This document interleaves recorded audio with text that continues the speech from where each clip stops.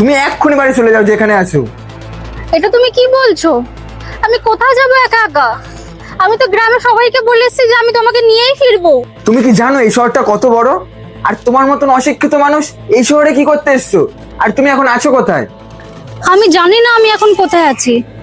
আমার সামনে একজন দাদা দাঁড়িয়ে আছে, আমি তাকে জিজ্ঞেস করে নাই তোমাকে বলছি। তুমি তারপর এসে নয় আমাকে নিয়ে যেও।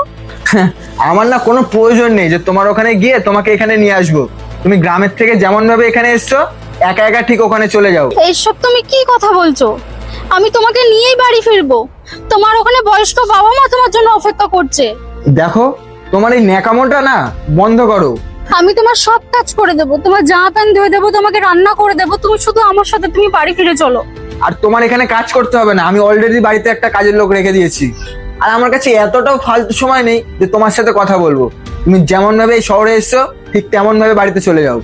এই শহরটা তোমাকে পুরো পাল্টে দিয়েছে, তুমি পুরো বদলে গেছো। চলো চলো আমরা চলে যাই এখান থেকে, চলে যাই। তোমার মতন গ্রাম্য মেয়েরা এই শহরের মর্ম আর কি বুঝবে? আমি এই শহরটাকে ভালোবাসি আর আমি এই শহরেই থাকতে চাই। এইসব তুমি কি কথা বলছো? আর একটা কথা শোনো, আমাকে এই নাম্বারে দ্বিতীয়বার ফোন করে আর বিরক্ত করবে না।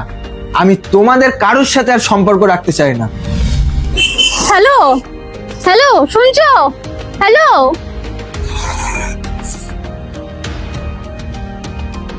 আর ফোন করতে হবে না, ফোন করে লাভ নেই, ব্লক করে দিয়েছে। দাও। আমি যা বুঝলাম তুমি তোমার বরকে খুঁজতে গ্রাম থেকে শহরে এসেছো, আর তোমার বর বছর দুয়েক আগেই গ্রাম থেকে শহরে এসেছে। এখন তুমি তাকে খুঁজেও পাচ্ছ না।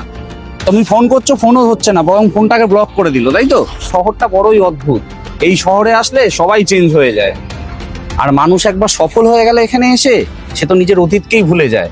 আর তুমি তো ফ্যামিলি, আমার মনে হয় তোমার স্বামী আরেকটা বিয়ে করে নিয়েছে।